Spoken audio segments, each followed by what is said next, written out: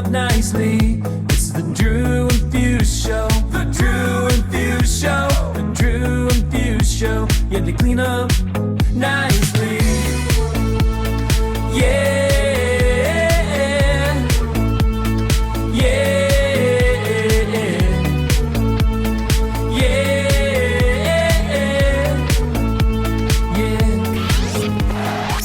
Hello, we are live. We are live, and we are here. And this is a double podcast week for us. So we talked about our weekends on the last episode. So this time we're talking about what we have coming up this weekend. Drew, what do you have coming up this weekend? This weekend, I will be kind of repeating the same exact schedule, just different wedding. So this one's for a friend's niece. A lot of family and friends will be there, which, always adds a little bit of pressure onto it. You got to come correct because they're all watching. You're like, impress me. This is apparently what you do for a living. I want to be impressed, So Yeah, totally. So yeah, coming out swinging for that. And actually, ironically enough, the groom was like, sent me a mashup from a couple of our friends that have been on the show. Hey, yeah, I really like these mashups. And I was just getting a good laugh out of that. He's like, play these during the dancing part. I'm like, got you, fam. No worries. Hit him with the old got you, fam. That's always a good one. So is it an in-town wedding that you're doing this Saturday? Yeah, just down the street. So should be easy. You end up throwing in the farm to make. You still got to make your cheese, but you throw in a CO2 here or there just to make them feel like they're getting laced up. But no, it's gonna be fun. I'm stoked. I've known a lot of these people for a very long time, so I'm excited to, DJ. Makes it easy when you know them.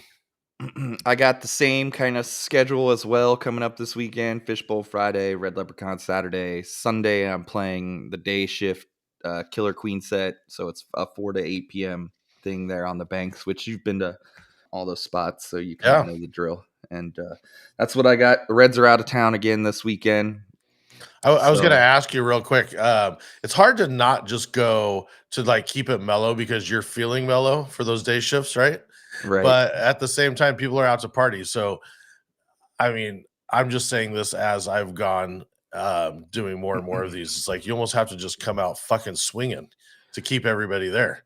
Yeah, it's interesting. Sometimes, like what I try to do when I go into those shifts is I try to like match whatever energy they have going on in the room. I try to match that to begin with, and depending on how many people are in the room and like what I think is going on, like if I see people in there and they're just ripping shots and it's like, all right, it's party time. But if there's just some people like chilling, drinking a beer, having a cocktail, then it's like, all right, we can kind of keep it a little mellow. But but I feel like the trick with some of those day parties, and this because you do it as well, is like you have to be ready to just like flip the switch at any moment when the time comes.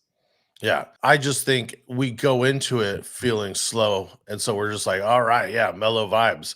But like a lot of those people haven't been out all weekend, and this is their going out, and so it's like, DJ, what are you trying to put me to fucking sleep? Like, let's go, And I'm not even saying it has to be just like banger and EDM or EDM or whatever you want to do, but at least some like party-ish songs, Right. EDM, man. Every time I hear EDM, my head just goes, "Oh God, why?" Right in my head. But anyway, real quick, just want to mention some sponsors.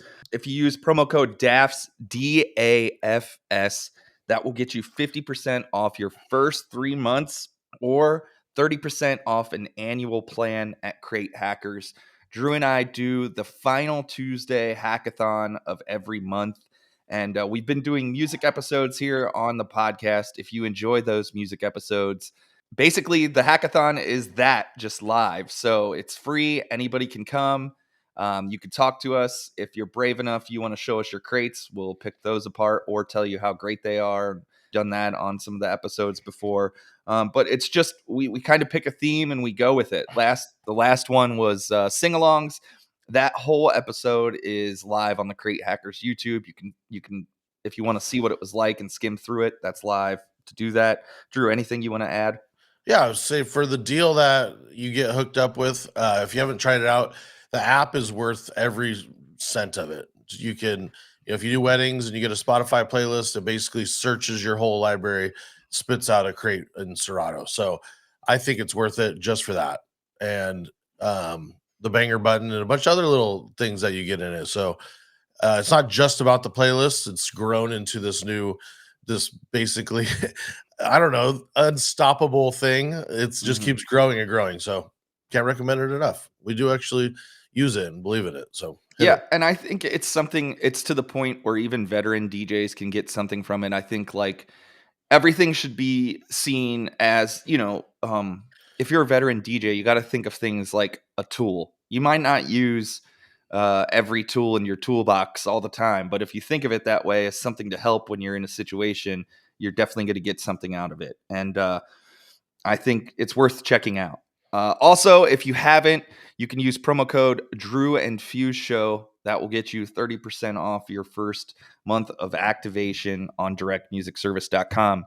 I can't recommend DMS enough. Apart from being, an editor and us hosting the podcast for them, it truly is, in my opinion, one of the better spots to get music from. We have so many exclusive editors and all that. So I was a member day one. It's just an awesome site. I've been on it since day one, even before we worked for it. So love it. Same. All right. Now getting into it today, we have a great guest for you guys. We're excited to chat with him. He started as a DJ and is now running a full-scale production, film, event company. Please help us welcome one of the co-owners of Pinnacle Productions, Chris Hintz. Hey. How you doing, fellas? Good. Thanks so much for being on. Thanks for the invite. Man, this is awesome. I told a couple of my guys that I was on the show coming up, and they're like, "You're on that podcast." I'm like, "Yeah." Well, damn, I listen to that all the time. Like, okay. It was an honor because I did one of your clubs out there a little while back, and they picked me up, and I just got the royal treatment. Took me out to food, and we're like, "Oh, this is where." Back when we used to run the podcast where we'd ask where you would take the guest to eat, they actually took us up on that and showed me around the town. So it was awesome. That's great. Sioux Falls is a lot of fun, and you killed Wiley's that night, and they've asked about when you're coming back. So we'll have to figure that out. All right. There it is. You're just getting back from Midwest Live, and you guys did all the production on it. I got to see all the highlights from just everybody being there all the time. We just wanted to talk to you about it a little bit. Yeah, it's been a couple weeks now. It's one of my favorite conferences. It was before we started doing the production on it. I spoke at it in 2018 and have gone ever since. And it's one of those, I would say, smaller, more intimate, definitely better on the networking and the connection side of things. And there's not a lot of distractions outside of the conference. It's at the Hyatt Regency in Milwaukee. So when you're at MEX or you're in Atlantic City, the conversations in casino, kind of combat one another. There's only so much attention. But it's been a really great conference to attend. It's been really fun to be on the production side of things. I am personally the production coordinator and a member of the board for Midwest DJs. So, you can preface my commentary from that perspective if you'd like to as well. But yeah, it was really awesome. And I think the best part is like being able to do stuff for the industry. Hopefully it inspires other people to reach and do a little bit more or aspire if they choose to. But it was a great experience again this year, and they've asked us to come back next year. So I feel like that's always a good sign. Well, I mean, it started out as a couple people basically in the conference room, like, right? Not with anywhere close to the scale of what you did. Someone might have brought in some mics, and now it's this real intense LED wall, high-end mics and the whole bit, and you guys bring all of that to it. Can you tell us more about making the event and the stuff your team actually did? Yeah, absolutely. So I think with every conference, you're trying to figure out different ways to ideate, creatively and create more of an experience, or at least experiential elements for the attendees, because if you go to a conference and the audio isn't working, it's a distraction. If the lighting is a distraction, that pulls you away from like the messaging and being able to be in the moment, creating those aha and nuggets, and of course the conversations across the table. But from our perspective, we've had some really great sponsorships involved as well. So like this year, Electric Voice was the major sponsor. So they provided the PA and both lighting, provided all of the lighting and stuff for the room, which is really great from a collaborative standpoint. It's really about what's best for the show and what's best for the attendees, not necessarily what's best for Chris or for Pinnacle, but really how we can be a conduit to better conversations, better dialogue. And ultimately, like, I mean, no disrespect to most conferences, I really don't, but most conferences, the AV is almost an afterthought. And as someone who has been in the production space now heavily for the last 7-8 years, we've seen what's possible. And when we go to a conference full of people that are constantly using microphones and are constantly doing events to make other people look good, to see our conferences not take the time to really like enhance and push the creative envelope or just rinse and repeat, it just feels stale. And I feel like that's why some of these conferences don't have high marks for attendance, or better yet, a high return rate. And I think that is one thing that Midwest does exceptionally well. If you come to the conference, you're probably going to come back. It's never a situation where that time is a waste of your attention or your investment. So I feel like that's been really good. But when they asked us to kind of help ideate the process, for us, it was like, how do we create a really big centerpiece and a big focal point that pulls everyone's attention to the stage? And then how do we elevate the level of performances for, Fuse? So if Fuse coming and he's teaching, crate management, or he's teaching basic mixing, or even 301 level stuff, to have his, presentation be superimposed with a 16:9 format on this ultra wide screen with his headshot, and then like a background with the logo and sponsor recognition.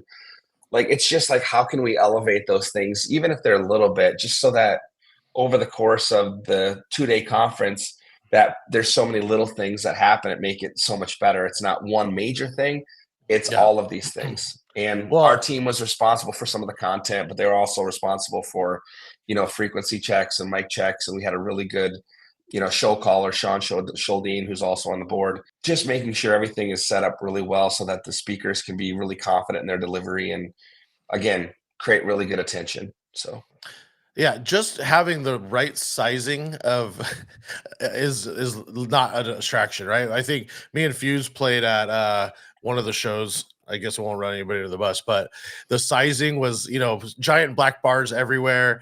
It was like all pixelated because they got the wrong thing got sent out. These are major brands paying big bucks, and they're just not even getting the attention they need. So that little attention to detail is so important.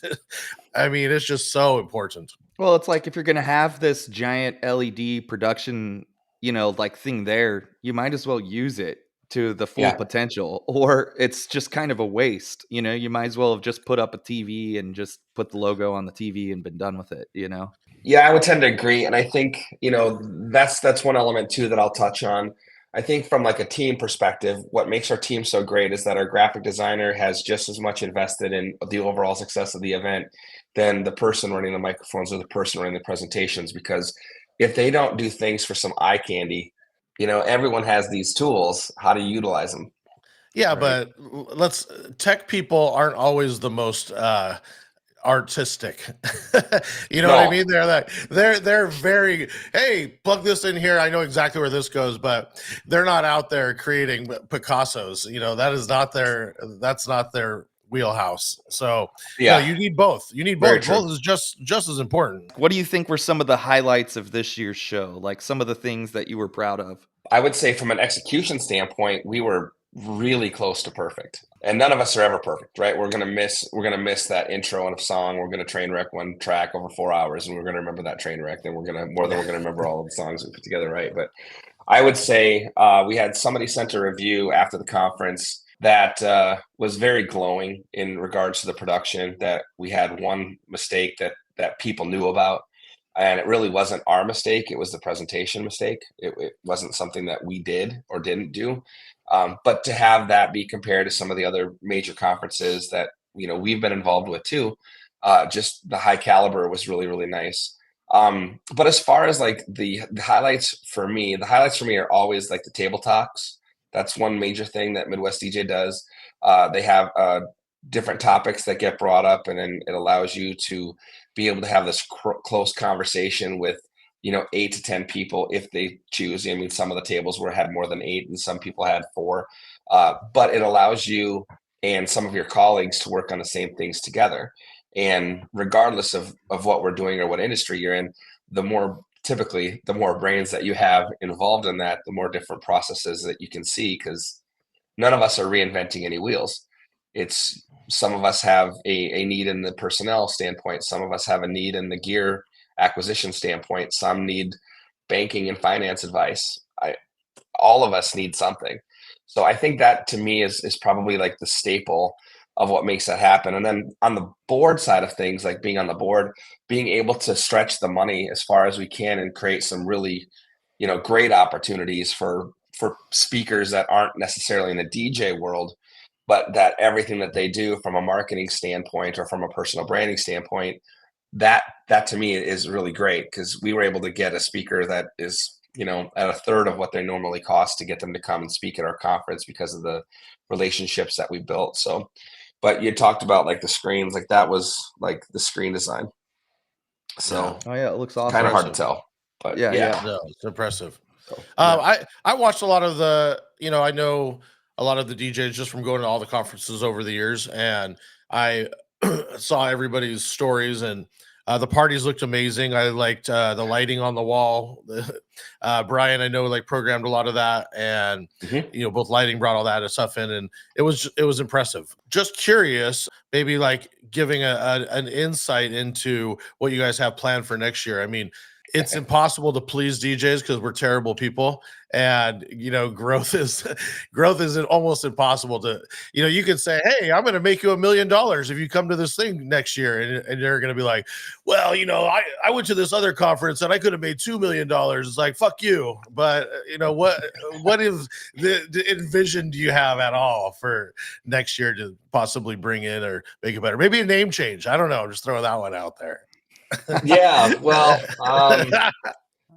we've had a conversation about that previously. I think for Midwest anyway, from a board standpoint, like our goal is to have a really good offering of items that I would say appeal to every facet of the community, whether you're a solopreneur and a single op doing a lot of 1099 contracting for other people, or whether you're a multi-op, or whether you're like us, bridging from the entertainment world into the production side and the media side. I think there's a conscious effort to provide value to each one of those pieces. And Midwest was basically built on solopreneurs and single ops. And now I think there's a lot of multi-op and business faceted things, but ultimately, like, there's a huge, I would say, effort to include performances and to highlight the talent of not only the DJs, but also some of the musicians who happen to be DJs. Quayne is a perfect example of that. He got on stage with Mitch Taylor and was singing, the lyrics in Which to Live By, which was Mitch's piece, but adding that live element and saying like, well, these people are very talented. They just happen to be DJs, or they're really good business people who happen to be DJs. I think that conscious effort to engage every facet of our industry is something that we take a lot of pride in. Right. But ultimately, at the end of the day, it's kind of like when someone says, Sioux Falls is one of the top 100 places to live, and it's in the top 10. Like, I'd rather people not know about that, because I want to keep that secret to ourselves. And so I'm cool with that. All these Californians coming in and raising the prices. I would say if you want to come from California, where you're coming from, that's great, but just leave your politics there and bring your money here. I would like to bring my weather there. The last time I went to visit you, that below the -3 was like, oh, so fucking cold. Well, that was the second week of June. I mean, you got to expect that. January, or was it June? No, it was like March or something. No, it was like January. It was January. Yeah. We only get cold like that for probably 3 weeks a year, but yeah, it's cold. That's for sure. I just like talking shit, but I want to transition here. Please. Midwest, sounds amazing, but you really nailed it. Where I wanted to take this next piece is everyone started off as basically solopreneurs and just DJs, and now a lot of people have grown into these like bigger companies and having everything. Basically, you're describing yourself. I mean, when I met you, you and Jeff were doing bars and weddings, and now you own any production that comes into the Midwest. Like, you guys are just so massive and have so many different facets of your company. What was that transition, and did you foresee that when you guys got together, or did it just like keep happening and you're like, well, fuck it, like I could do that, and you just keep doing it?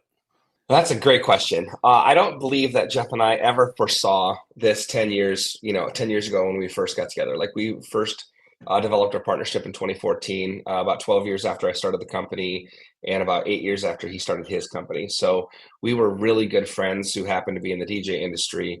And then we started doing some like promoted parties and stuff together.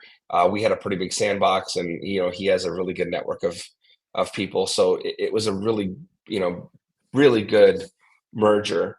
And I think in 14, like, our goal was to dominate the nightlife aspect, which we were doing a really good job of, actually. So we had almost every residency worth having in Sioux Falls. And, now, fast forward 10 years, and we do have every residency, I believe, that's worth having. There's a couple that we don't have, and, you can't have everything. And I understand that. But I think as things transitioned, the biggest, I would say, opportunity came our second year in our partnership, where I had worked for another production company part-time as I was growing my business. And we have these lulls, obviously, in the wedding industry in South Dakota that are, 12 to 14, 16 weeks long. No one really gets married here December through March. And so during those times, I would work for another company part-time, and that taught me a lot. It taught me a lot to do and a lot not to do, if that makes sense. I think that both were learning experiences. But one of our former companies that I used to work with when I worked for the subcontracted, I should say, was Aflac America. And so Aflac Dakota, we did all of their conferences for 4 years consecutively. We did like 3 to 4 events per year. And one of my last years working for the company I subbed with, their president, who I knew pretty well because I'm from a small town just 12 miles away from where they're headquartered at, he approached me directly and he said, "Hey, is this something that you could do personally?" And I said, well, what do you mean? Like, bypass the guy who brought me in, taught me all of this stuff, and introduced me to you? That's just not how I play ball. I don't believe in that kind of karma. And that's the kind of stuff that, can bite you in the ass. And that's not what I want to be about. So if you're looking at making a change wholly and you're looking to have bids put out, I'll put in a bid, but I'm not going to screw over the guy who got me into this. That's right. I'm not going to do that. So long story short, I told my boss there, and he basically, didn't fire me. He just didn't hire me anymore, which is ultimately the same thing. He fixed the glitch, right? So he and I parted ways, and a year after Jeff and I had merged in 2015, he called me directly and he said, "Hey, just so you know, we're switching, and I want to know if you'd be interested." And I said, "We would be happy to put a bid together and a quote. Just give me some apples to apples information and we'll do what we can." So long story short, we ended up getting a 2-year contract with that company, who we were able to leverage into a note to be able to get into the production side of things and start pushing. So that was 2015. So 2015, 2016 is really when we started pushing. So like for the last 8 years now, it's been a very concerted effort to invest heavily in our gear and invest heavily in our talent, because we are in a market where there isn't a huge subcontractor 1099 labor force. California, I could find an A1 every day, all day, for probably way cheaper than I can find one here. So for us, we've had to like really cultivate these relationships, both with colleges and vocational schools that are teaching, I think, the technology that we need to execute our events. So the change has been gradual. It's been very intentional. And we also know that midweek money is where most of these conferences fall. So availability wise was there. And I think together our pattern, I mean, we looked at 2014, we're like, man, if we can make $1 million, man, we're gonna be rich. And well, that's not how it works. Man, I wish it did. I thought the Midwest Lives was going to teach me that on the last conference. No, see, then all of the East Coasters would be like, yo, we had $2 million, man. And then the West Coast would be like, we $3 million. And I'd be like, yeah, but you paid $2.5 million in taxes. So I'll take my $1 million in South Dakota. So. Before we get too far, I just wanted you to mention how many employees do you guys have now, too, working for you? Right now, I think we're at 25 full-timers and about the same amount of part-time, maybe a little bit more on the part-time side.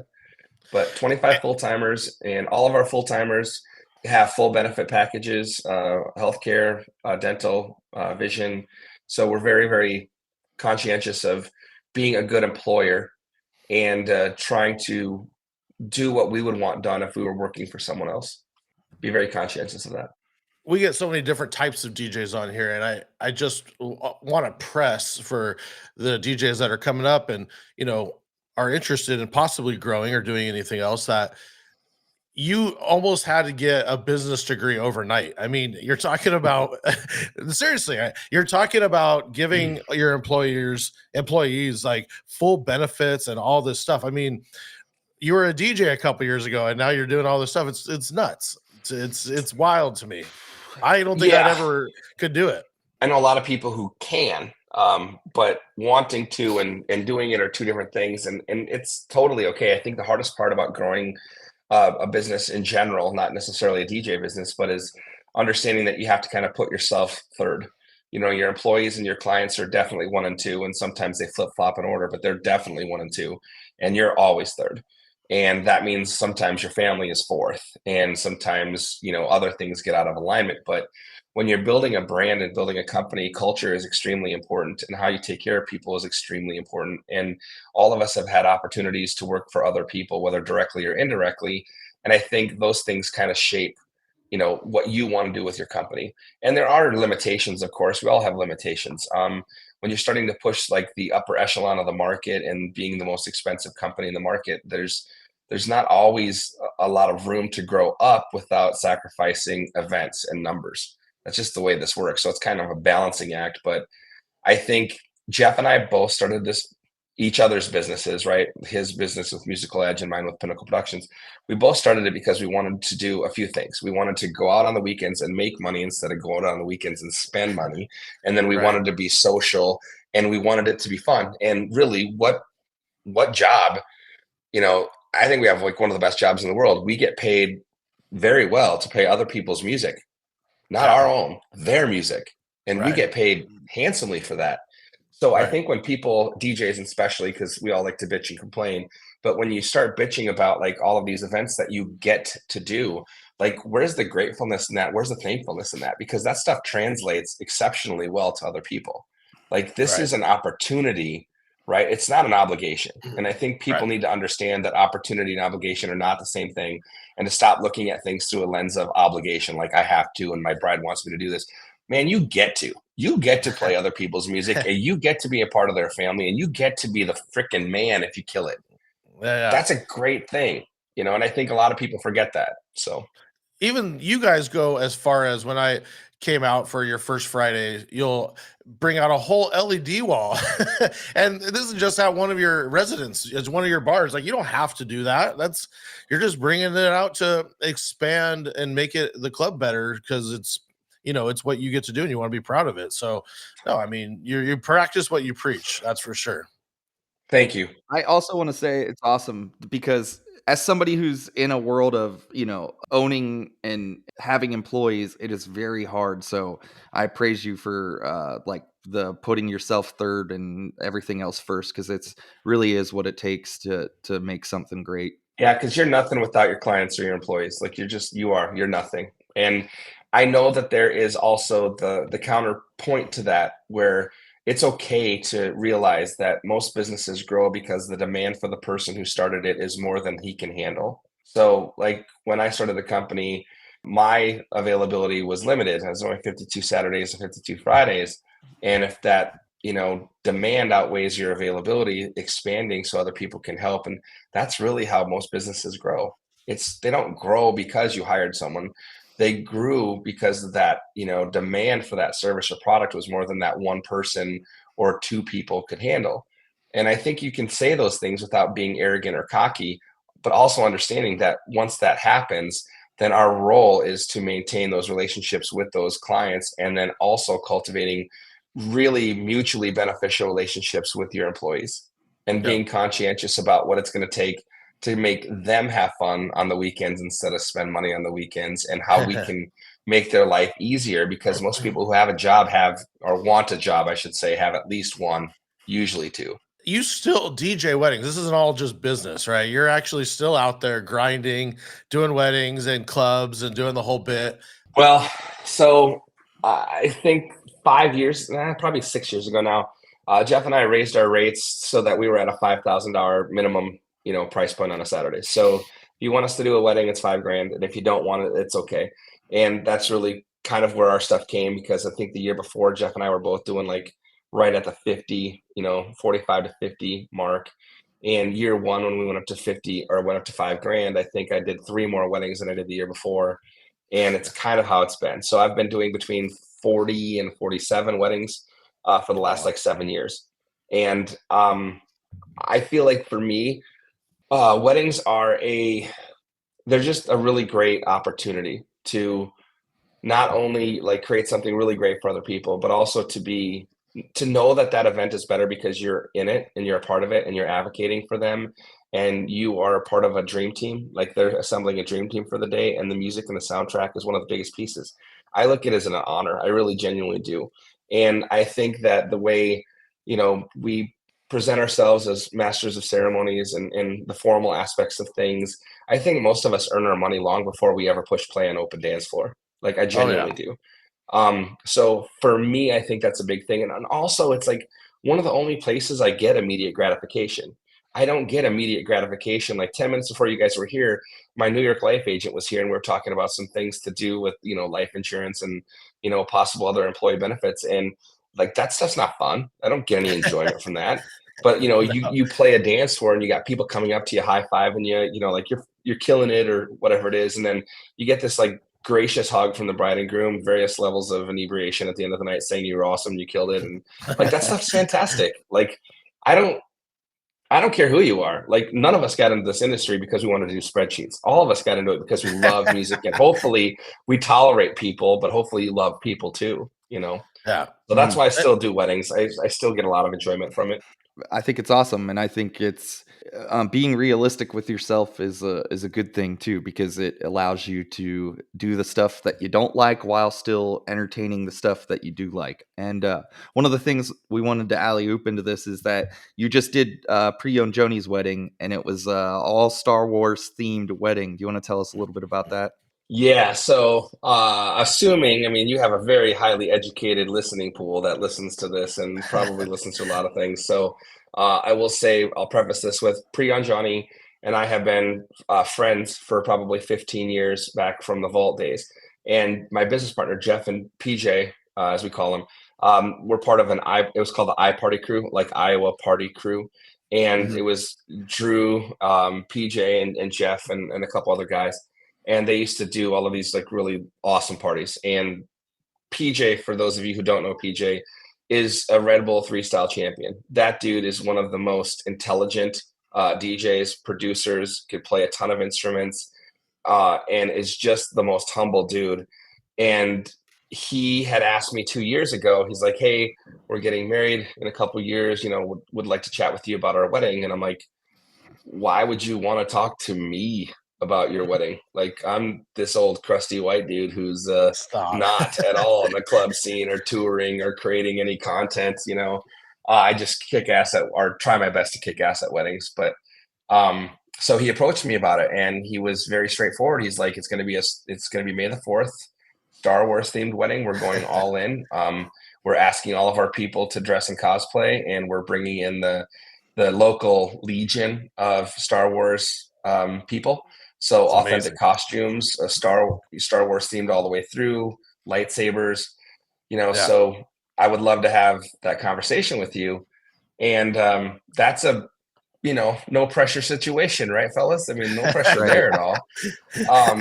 So we talked, and he said, I don't want like a festival DJ. I want a wedding DJ who's really great at DJing. And I've opened for PJ multiple times between the Vault and Wiley's and stuff. And we actually have a really good friendship. But my respect level for him, I thought, was more than his respect level for me. It turns out it's a pretty mutually respected thing, and I'm very grateful for that, especially considering the company that he keeps.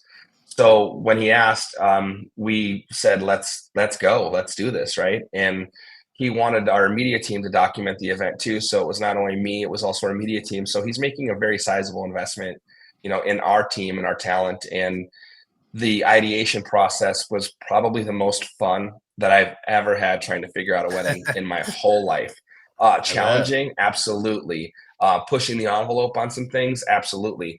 But ultimately, like, knowing that this opportunity is, not going to come probably ever again. Right.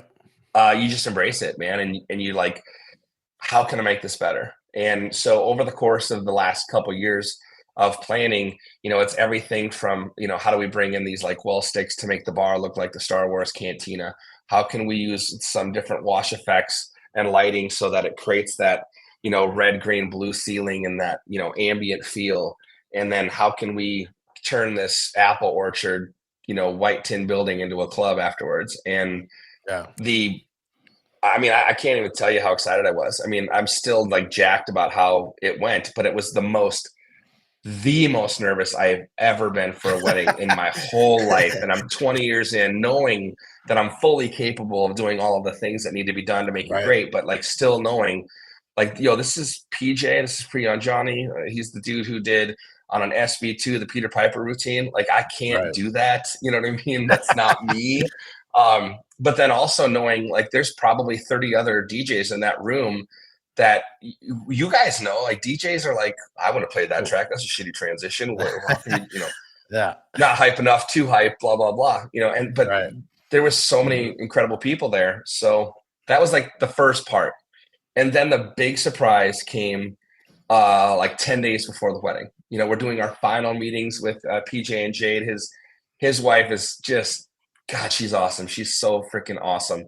And we're having this conversation, and then PJ, out of the blue is like, "Are you ordained, by the way?" And I'm like, "Yes, why?" Knowing it's full on theme. He's like, "Well, our officiant isn't really getting back to us, and now we're a little bit worried. Is there any way that you could marry us?" Before you go much farther, I want to compliment you on this also. You have spent time and going to a lot of classes and stuff to build up your public speaking and making sure all this. So I'm sure that helped into this. Were you ordained before that, or was that going to all these classes? And maybe you could tell what company that was, but going to all these classes, did that like inspire you to get ordained? Well, I think the inspiration to become ordained came from so there's like 4 of us that have been friends ever since high school. So whether we're the 4 horsemen or, you know what I mean, we're infamous or famous, I don't know. But we're all super, super tight. And when one of them got remarried like 8 years ago, they were legally married. So they had me do like the public portion of the wedding. And then when the other one got married a couple years later, he asked me to officially become ordained to be his pastor. And he asked me to do it. And we've all seen, and this is no disrespect to officiants or pastors out there that do this every weekend and mail it in and make it about God. But I fully believe in a higher power. I fully believe in God and all of those things. But if someone's asking a DJ to be the officiant, I don't think religion is at the forefront of what they're looking for. You know what I mean? Yeah. Because they're coming for. You definitely told the joke about put your hand on top of the other girls, and now it's the last time you have the upper hand. That was like right at the beginning of it, right? No, that was like one of the first things you said. So if That was the first thing that I said. I wouldn't be having this interview with you fellas, just being honest. I would have pulled myself out of that. That command card would have been struck right away. But the litmus for me getting ordained was for my best friend Gail's wedding. And during like the opportunity to like customize that for them. So instead of saying, you know, do you, Drew, take you know, Fuse to be the, you know, apple of my, whatever it is, right? So like for him, it was like, do you, Tiffany, take Gail to be your lawfully wedded husband? Do you promise to love and support him through another abysmal Chicago Bears season where he's going to be on the borderline of, you know, antidepressants and alcohol? You know, like, exactly. So doing stuff that's custom about them, like that's what it's about. That's what it's for. Right. Like people came to see their story, not my interpretation of their story. Right. So that's kind of how I've done the officiating side of things. But when it came to PJ's side of things, it's like, okay, there's all of this pressure to perform on the performance side, and there's all of this pressure to perform and make it look like the Star Wars Cantina and create this, you know, vision of their reality. But then it's like, so from the ceremony aspect, if I'm going to be doing your ceremony, like what elements are you looking at are traditional? What elements are you not? He goes, completely untraditional, completely, you know, Star Wars scripting. Yeah. And so for me, you asked Drew about like background. So I am a massive believer in workshops. I think that workshops are the best thing that allow us to train, to stretch, to grow, to get outside of our comfort zone, and to stop feeling like we know it all, like we're the shit. Like you're not the shit. The person you're going to be 2 years from now is going to be way better than the person you are right now if you keep on that constant development. So that has been like a really big, you know, paramount piece to my puzzle, I think, of success is like investing constantly in myself, learning from other people who are smarter than I am, and not feeling like I know it all, because it's all a journey. And the best people I know in any profession have coaches, you know, well into the twilight of their careers, because none of us know everything. And I think that's the biggest mistake that we try to make. But so like the Rebecca and Mark, the Farrell workshops, Marbecca workshops, I've done like 10 of them. And it's literally, that kind of changed the game for me. Literally the first one I went to, it made me see that this is not just us making part-time money. This is us having an effect on someone's day, and that is going to last the rest of their life. Like that memory will last forever. Also, like Bill Herman and his workshops, you know, Bill's about how do you facilitate all of these things? How do you make these things happen? How do you mitigate the risks of something negative happening? And how do you like create an end in mind that no one else could dream of it but you? And Mark is about the why. Like Mark is like, why are you doing this? What is the onion? Peel the onion back. Like, it's not just that you love someone, it's why you love someone, what that means to you, and blah, blah, blah. So I think utilizing both pieces, and then also reaching out to Bill, I'm like, hey, I have this opportunity to do this. You know, what do you think? And he's like, okay, there's a lot of different things that we could find. Obviously, we can search, but ultimately I took the script that I normally use for my weddings and then customized everything.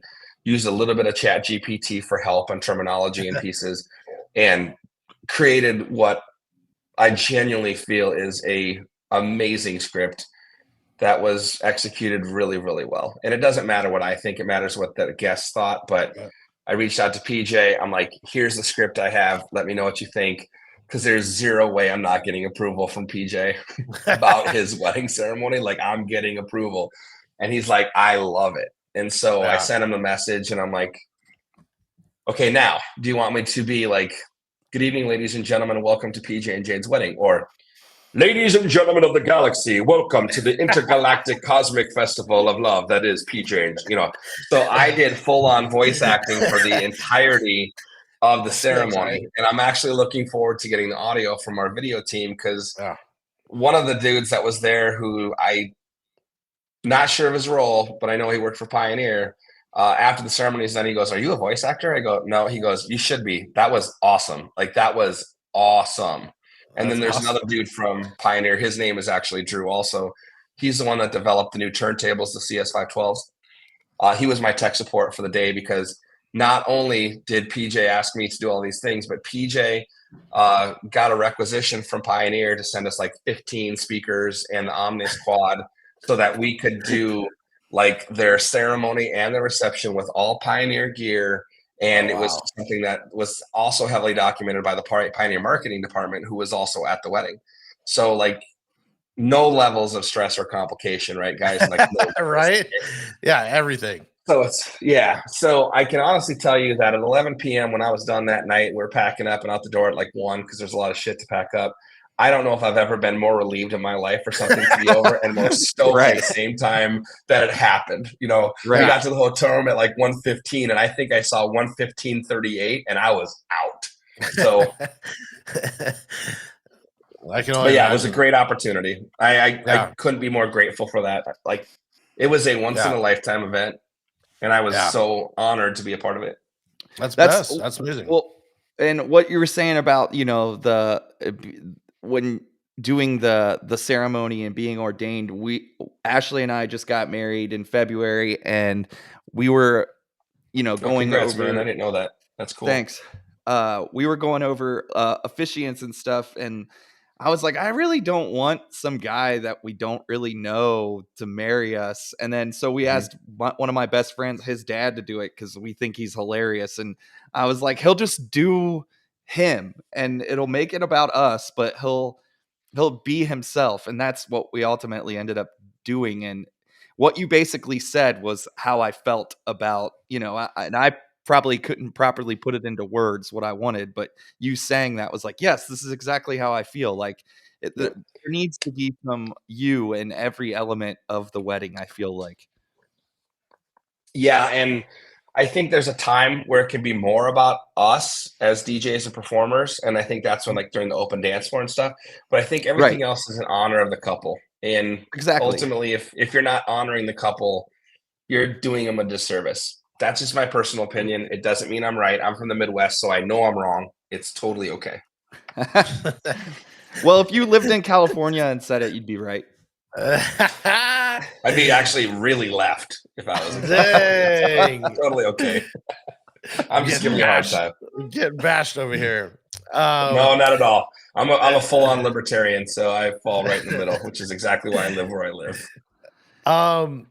We want to transfer over here into touring and traveling. That's part of your thing, and it's your Jeff, your partner. He's the one that is one of the tour managers, right? I don't know if I'm saying it correctly, but for San Holo. Yes, he is a tour manager for San Holo. And you have other people that you're also doing tour production for, or is he's your main focus? Well, he's the main focus right now. We finished the contract with Eamonbeck last year as well, so we were doing all of his touring, his festival dates and stuff too. And in the past, we've done some other stuff with like Boogie Trio and Boogie T, and a couple other artists that are canceled, so we will not mention them. But we have done that for quite some time as part of our pin shows, promoted parties that we used to throw, and then.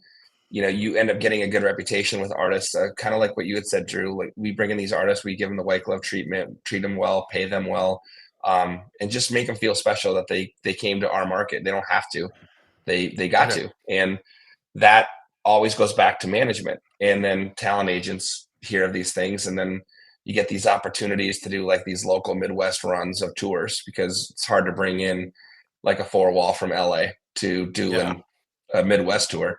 So we got these opportunities to like tour with these other people, and then San Holo heard about us somehow, probably through a mutual employee or a mutual friend, and now Jeff's been doing his tour management for at least 5 years, and he just got back from China, Sunday?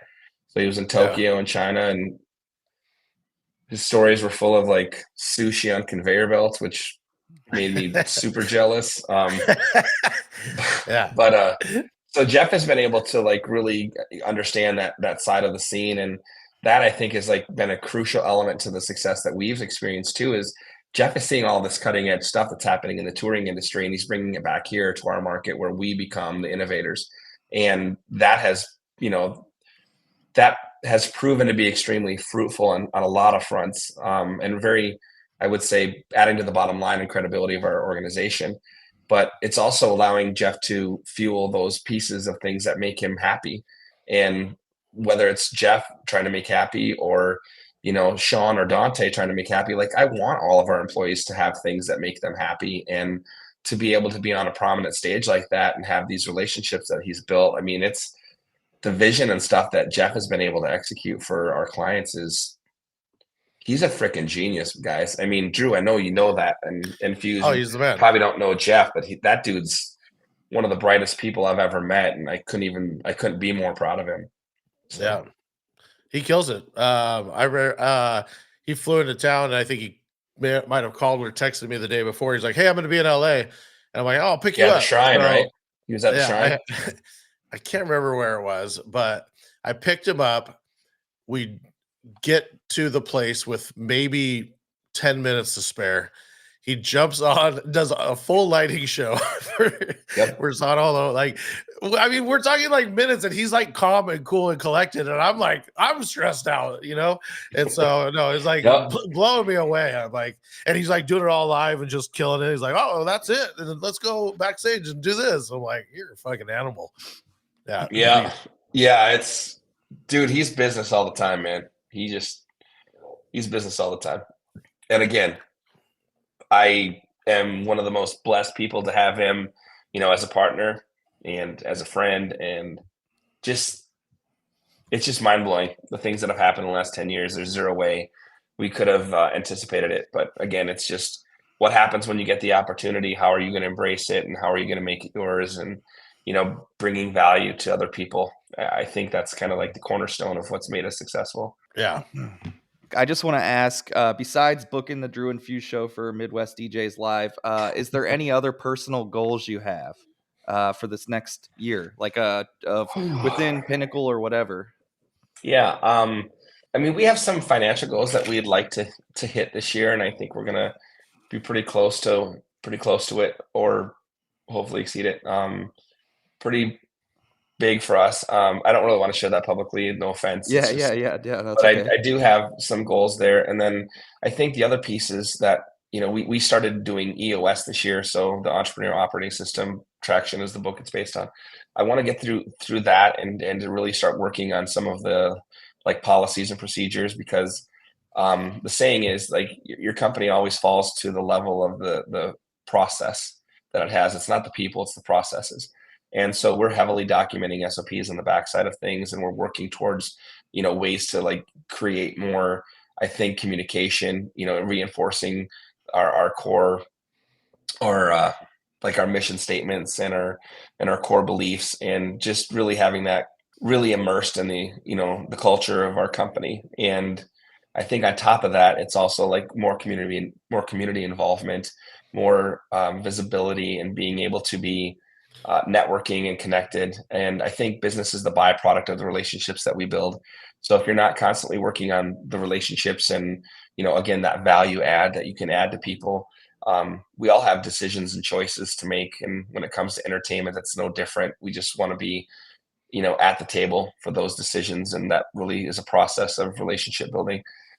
Personally, I'm down about 27 pounds. My goal is to lose 100 pounds before the end of the year, about 1.5 pounds a week, 2 pounds a week is just good.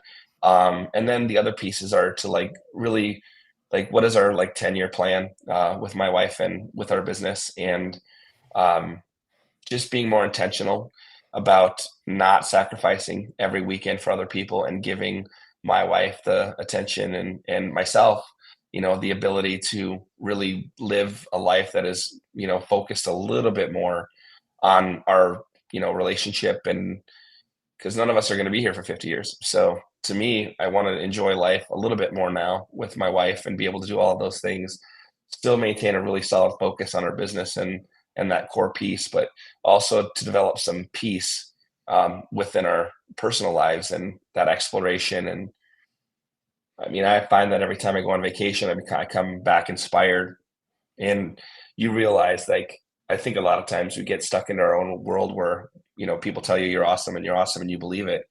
And then you leave and you realize, like, I am so lucky to get to do what I do for a living. And I'm such a small piece of the universe, not this massive piece of my own small pond. So I think that perspective has been really great.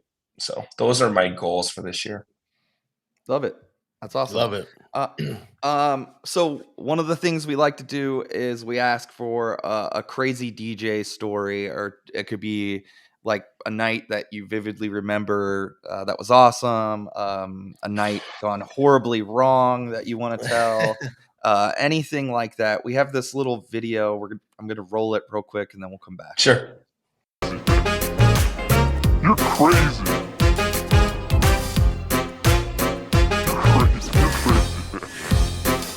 You're crazy. You're crazy. You're crazy. All right. That scared me. It scares me every Legit. time. That scared me. God, crazy stories. Nightclub stuff, I've seen some really crazy things. Wedding stuff, I've seen some really crazy things. I think the most crazy thing that I've ever seen for me personally was at a wedding reception, and mainly because of what happened. But it's at this wedding reception. You know how kids like do that run and slide across on their knees kind of crap, you know? Well, I was at one of the most expensive weddings that I've ever been a part of, and it was like 2009, 2000, maybe 2010. And in the middle of the dance floor, you know, they put this cake, and we had it pin spotted, and we had like video screens and projectors and TVs and lighting freaking everywhere. It's one of our largest like grossing events at that time. It was like over $10,000. And they brought this cake in from Des Moines, which is like a 3-hour drive from Okoboji, Iowa, which is kind of like the vacation mecca of Iowa, which it's like a mud puddle in Minnesota. But anyway, it's totally fine. So these kids are running across and sliding on the dance floor, and they're getting really close to this cake. I mean, they're really close to this cake. So I walk up to one of the little boys who couldn't be any more than like 4 or 5 years old. And I'm like, hey, buddy, where's your mom? You know, and he's like, she's right over here. And I said, miss, I don't want to be a Debbie Downer, but I'm really afraid that, I mean, they're getting really close to that table, and I'd hate to see something happen, because that cake probably cost more than my car. And I think it was like a $4,000 wedding cake. Like legitimately, it was beautiful. And she's like, oh, they're just kids. I'm like, I know, but I just hate to see something happen. And she goes, I don't think you have anything to worry about. Like kind of like smug. And I'm like, yes, ma'am. And walked away. She's also the perfect person that's letting her kids do anything they want at a wedding. Well, I mean, you know, you don't need a babysitter at the wedding. You know, you never need a babysitter at a wedding. Kids can do whatever they want at a wedding. It's totally cool. Like it takes a village, right? And all of those villagers get to watch my kids. So I don't want to interrupt too much, but I did a wedding this weekend, and I'm with you. This is reminding me of those kids. But I had one of the salsa booths up, and Yep. I think it's the perfect babysitter for kids, because they just run up and jump and hit it thousands and thousands of times. And I almost want to start selling it as a babysitter instead of a photo booth, because it works. I think you'll get more money out of the photo booth than the babysitter. Just FYI. Anyways, sorry, man. go ahead. So anyway, I am walking back to my booth, and I'm getting ready for the introductions because they're like 10 minutes away. I just got a text message. And I heard a crash and a collective like, so I look over and the cake on the floor. Oh, And is the kid underneath it, or did he just hit it? And no, moved away? he got out of the way. You know what I mean? Oh. It tipped over and he got out of the way. And I looked at his mom and I went, slow clapped it, to which she gave me the finger. She said, you're number one. I'm like, yeah, that's cool. And so then they just bailed. They just took off. And that is probably the most, like, from a wedding standpoint, it's probably the scariest thing that I've ever seen. I mean, that's Jesus. I felt terrible. Especially when it was easily preventable. Yeah. Those are the things where it's like, yo, what is the risk here? Is this worth it? Just move. Like, don't let your kids be dumb. But then, you know, on the club side of things, I mean, we've all seen Jesus. We've seen plenty of things. I've seen fights at weddings. I've seen fights in bars. I've seen, you know, ex-girlfriends and, you know, ex-boyfriends getting into a fight with their new girlfriend or new husband or whatever. Seen a lot of that stuff. Seen some pretty, you know, sexually explicit things happening on dance floors and behind DJ booths. And there's all kinds of stuff.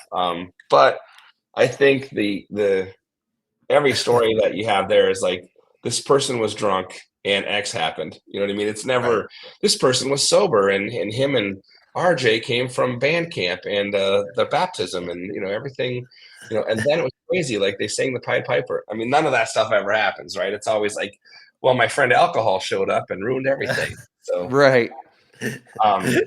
Yeah, but then there's also other stuff too that we've seen. We had a time where we did an outdoor event and we were just getting used to using like big generators and 3-phase power and stuff, and we ended up blowing like $11,000 worth of JBL VRX amplifiers because we had the wrong power.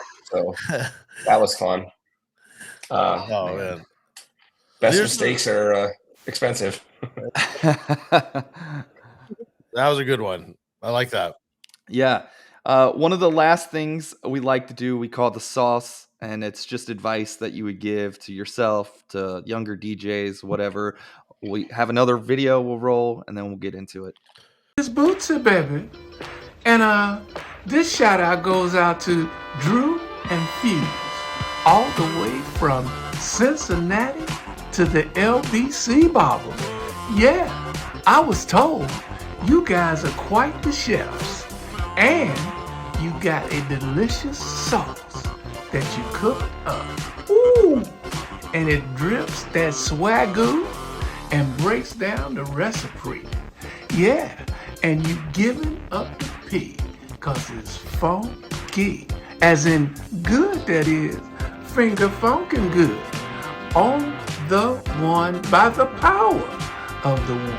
Yeah, without that, there is none. So get yours and be in tune with the one that loves you. Get it, baby. Man, that's a great intro, dude. I love that. I love that. Bootsy, baby. Hit us with the sauce. You got a lot of experience, tips, and tricks. You got so much going on. Tell these young kids what's up.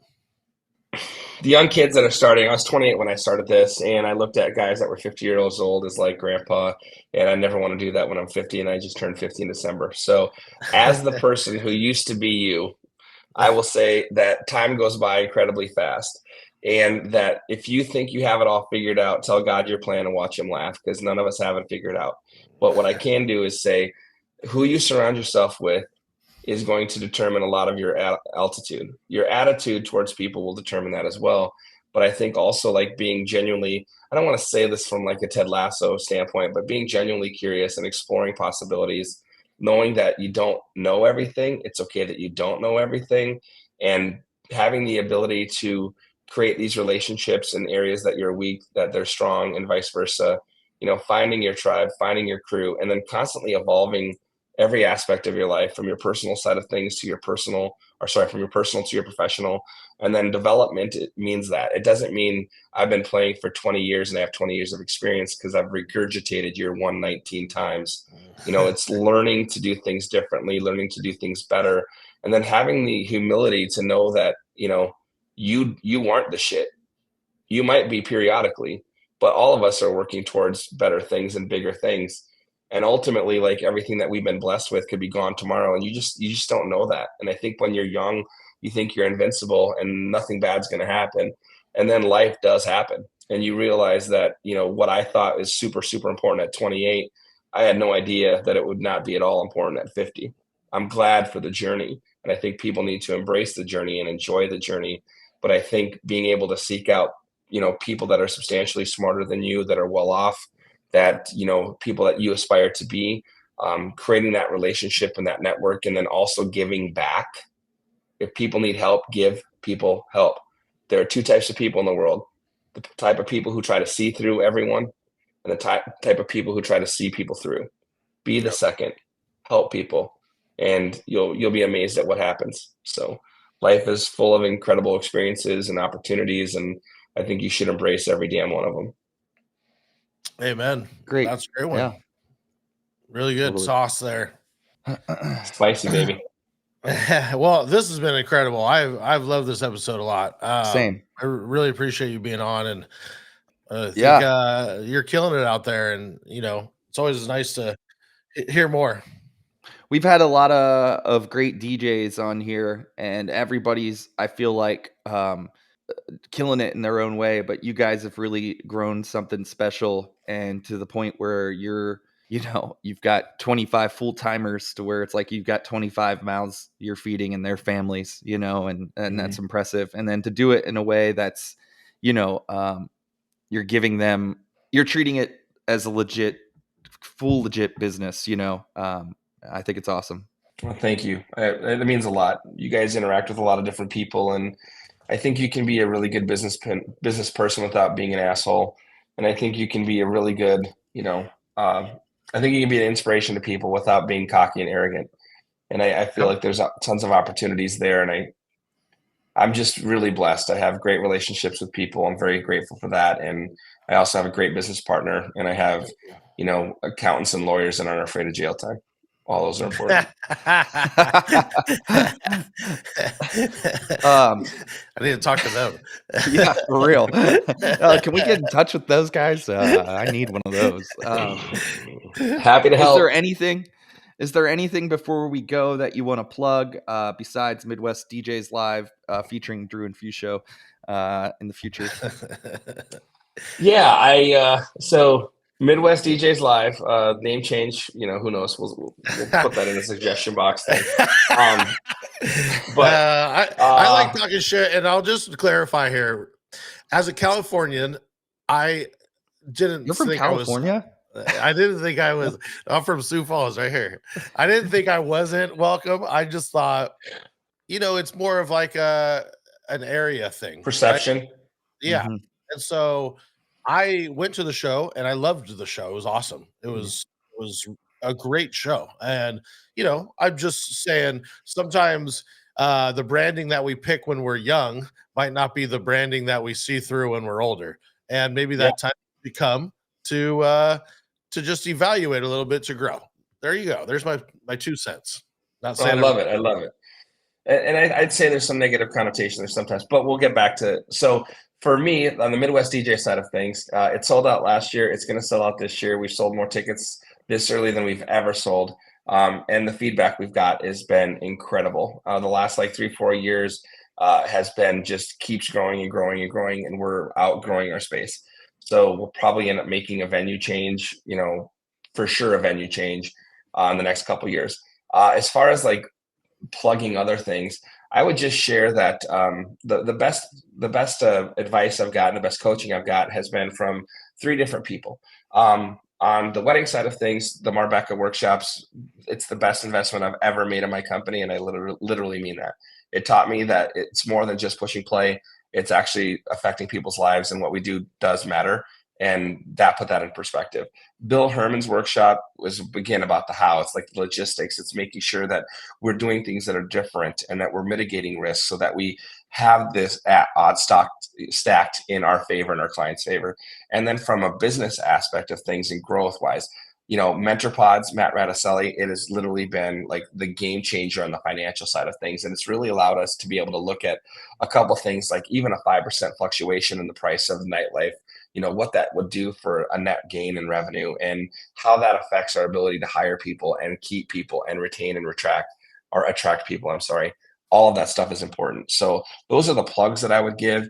And then ultimately, the pinnacles, we're looking at hosting a non-conference. We call it a non-conference because I don't want it to be necessarily a conference, but we are looking at hosting a non-conference here in Sioux Falls coming up in November. Probably going to cap it at 100 people. But we want to keep it intimate and kind of like the style that we used to have when Drew and I were founding members of the collective. I want to keep it small. I want to have a really great tribe that can grow together, share together, and ultimately have accountability. So those are my plugs. And P.S.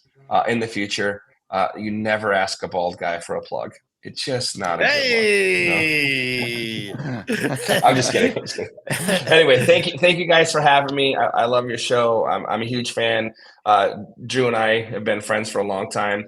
Fuse, I've met you a couple times. You're one of the best dudes I've ever met. So thank you guys for having me. Super, super grateful. Thank you.